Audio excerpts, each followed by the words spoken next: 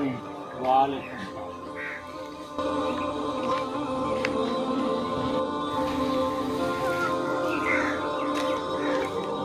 अस्सलाम वालेकुम।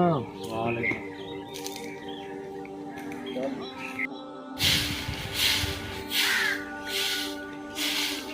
अस्सलाम वालेकुम। वालेकुम भाई भाई मैं आप रोज़ाना देखूँ जैसे आप यहाँ पर रोज़ाना ये काम करते हो आपको क्या फ़र्क है?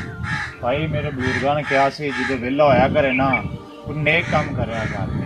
मैं जनाब जो वेला होना आ जाना सारी सफाई करना तो बैठ जाता जो वेला होना रब मनो नेकी का अजर देगा। मैं नेकी करना अगर पढ़ने को थोड़ा टाइम होवे तुम भी आके नेकी करया करो गरीबों के फायदे करया करो किसी गरीब को चीज खान जो कि गुरु लैके निकला करो।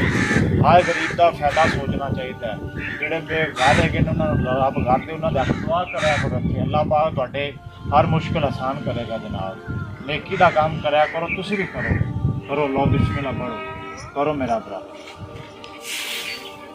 वेले रब इंशाल्लाह काका इन्ना तुहानू अजर मिलेगा इंशाल्लाह।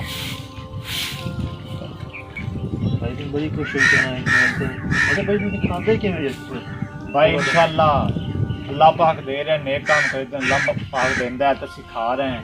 तो जो ही वेला मैं होना मैं इत्थे आ जाना सफाई करना सारी हर जुमेरात जुमे दिन आके सफाई करना।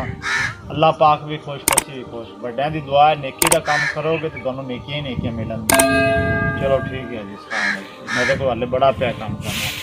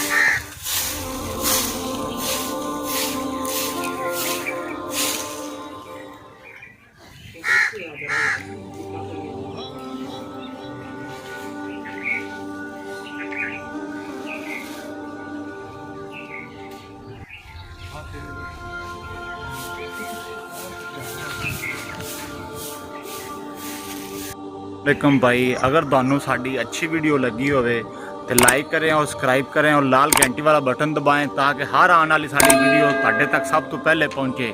अच्छा हुण जनाब सानू इजाजत दिओ साडे होर बड़े पैन काम करने वाले कल मिलांगे तुहाडे नाल। अल्लाह हाफिज़।